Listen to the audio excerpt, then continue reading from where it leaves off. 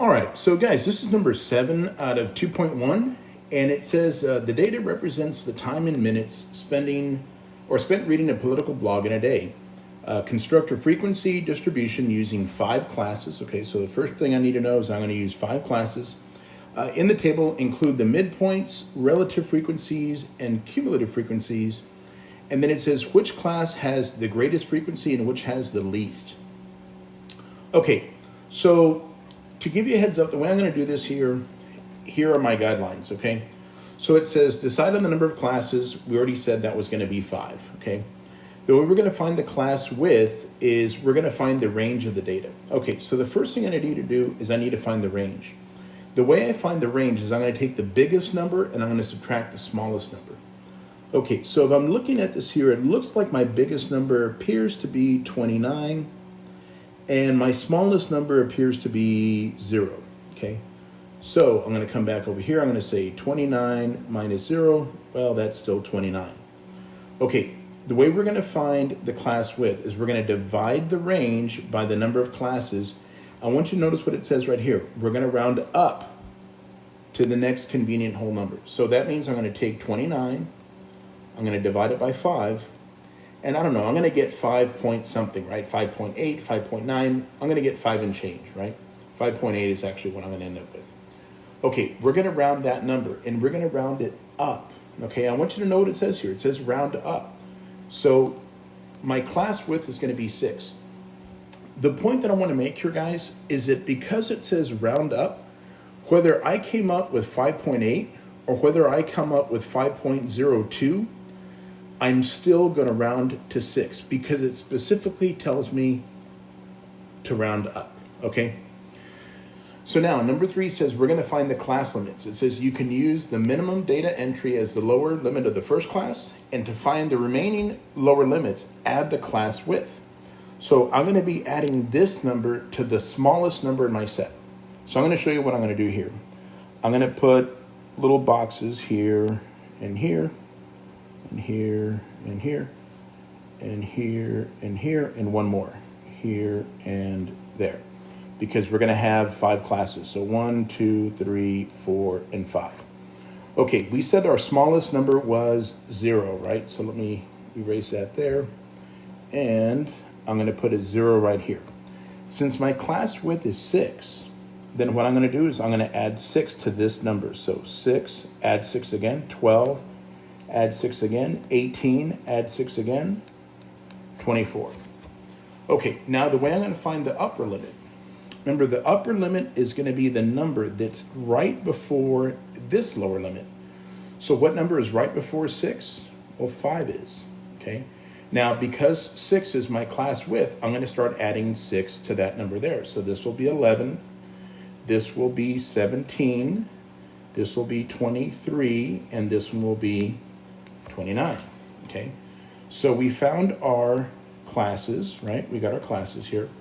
Now, the next thing we're going to do, we're going to find the frequency, okay? So the way I find the frequency is I'm going to look at my set of numbers that I have here, okay? And I'm going to figure out how many of those numbers are between 0 and 5. So I'm just going to start counting. So between 0 and 5, in the first column here, I don't have any numbers between 0 and 5. I got 1 there. Nothing in the second column. I got 2, and I got 3. Okay, so 3 is going to be my frequency here. Okay, then I'm going to do the same thing. I'm going to look for numbers between 6 and 11. Okay, so in my first column, I got 1, 2, 3, 4. Let's see, 4, and that looks like that's about it. Okay. Now I'm going to start counting numbers between 12 to 17, okay? So numbers between 12 and 17. So in the first column, 12 and 17, none. Second column, none. In the third column, I got 1, 2, 3, and 4. So this is going to be 4, okay? Now I'm looking for numbers between 18 and 23. In the first column, I don't have any. In the second column, I got 1, 2, between 18 and 23, between 18 and 3, and 4 and 5. Okay. Now, I'm looking for numbers between 24 and 29. So I got 1, 2, 3, and 4. Okay. So those are my frequencies, okay? Now, if you look at the third column, it says we're going to find the midpoint. Okay, so you might say, how do I find the midpoint? Here we go. The way I'm going to find the midpoint is I'm going to take the lower class limit and the upper class limit, add them together and divide by 2. So I want to say, let me see, my lower class limit here was 0, my upper one was 5. Okay, so I'm going to take 0 plus 5, divide it by 2. This is 5 divided by 2. That's going to give me 2.5. Okay, so right here I'm going to put 2.5. If you remember, our class width was 6. So I'm going to just start adding 6 to this number here. So look, the next one, 8.5. Add 6 again. Excuse me, I'm trying not to sneeze. 4.5. Add 6 again. 20.5. Add 6 again. 26.5. Okay. All right. So now let's figure out relative frequency. Okay. So I'm going to just kind of clean up some of this mess here so it doesn't look as messy as it did before.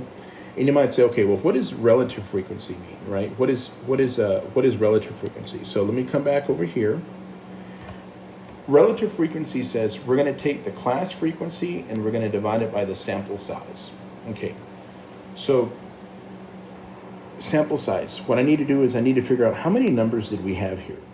So look, 1, 2, 3, 4. 1, 2, 3, 4, 5. 4 times 5, we have a total of 20. So these relative frequencies, we're going to write them as, I want to say we're going to probably write them as decimals, okay?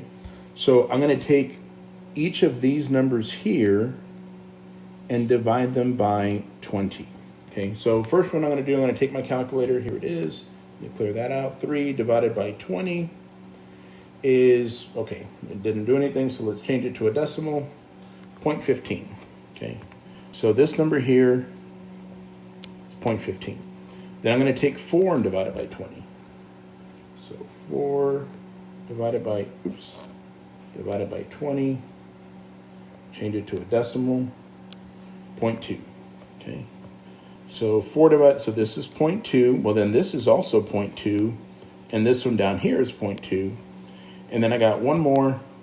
5 divided by 20. And make that into a decimal, should be 0.25. There we go. Okay, so this one here is 0.25. Then the way we find the cumulative frequency. So let's see, I think I have that here too. Cumulative frequency is of a class, is the sum of the frequencies of that class and all the previous. Okay, so what do we mean by that? The first one here is 3, cumulative frequency is 3. This one here is 4. We're going to add those together. 3 and 4 is going to give me 7. This one here is 4. We're going to add 4 and 7. That's going to give me 11. I'm going to add another 5. That's going to give me 16. I'm going to add another 4. And that's going to give me 20. Okay? So this is how I make my table. Last part here just says which class has the greatest frequency and the least. The greatest frequency would be the class of 18 to 23, and because it has 5, and the least would be the class from 0 to 5. Okay.